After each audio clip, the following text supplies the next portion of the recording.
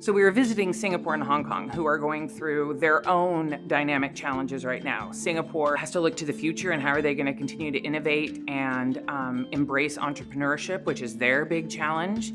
And then you've got Hong Kong, who is under the shadow of China right now. And so there's this trying to research the future and being able to forecast what's in it going to be happening for them. And yet we all came home, and here in our own country, we're wondering what's the future of the United States. And you really realize that the world is a big place.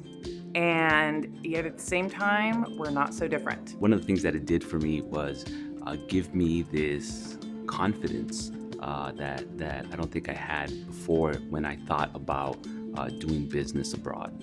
I feel like the best part of my trip was the involvement with C-suite members. We had an hour or 2 hours of just open discussion with CEOs, CFOs, CTOs. When do you get an opportunity to sit down with a CEO in a casual environment and ask him, how can you, as an MBA student looking back, give me advice, and him to answer sincerely in an intimate environment? I just feel like you wouldn't get that on your own. You can't just walk up into any business and be like, hey, can I talk to your CEO? I might have otherwise have gone to Hong Kong and Singapore as a tourist, but with this program, I was able to actually get inside the buildings and have meetings and interactions and interviews. So that definitely created a lot of confidence. Every time you go to a new place, you unlock a new layer of yourself, because we're so dynamic, right? Human beings have so many layers. Life is like a journey of continuing to get to know, and now I have like the Hong Kong perspective. How would I fit in as a woman who's looking to get into business? And combine that with politics. Where would I fit in Hong Kong? How would I be accepted culturally?